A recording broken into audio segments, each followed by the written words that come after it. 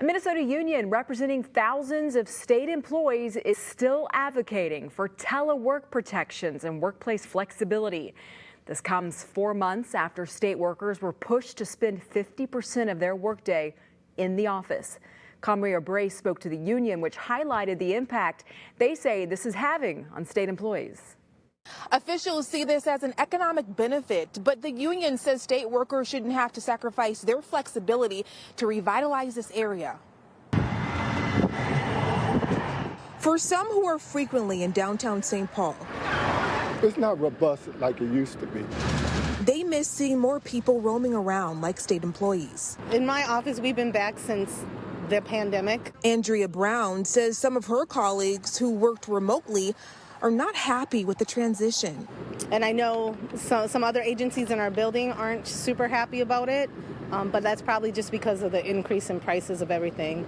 My lunch is $23. In June, state employees had to start working in the office for 50% of their work days. What is your response to the governor and the St. Paul mayor saying that we need these people to come back to help with the sustainability of the downtown economy? We serve some of Minnesota's most vulnerable populations. Our job is not ever going to be revitalizing any sort of downtown, right?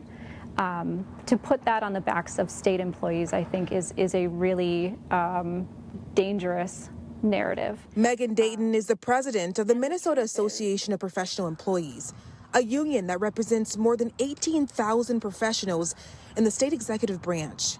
She says workers finding office space and even parking is an issue. We've definitely heard from people who said they came to work for the state because of the state's telework policy that allowed people to work from home up to full time. There are people who are not willing to do anything different than that, and so they have already made the choice to leave state service. She wishes officials would rethink the decision. I don't think it's a good idea for us to force the way that we do business back into our old expectations.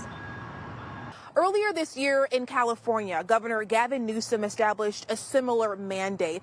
It got pushed back and even a lawsuit was filed by a union. That mandate is now being pushed back to 2026.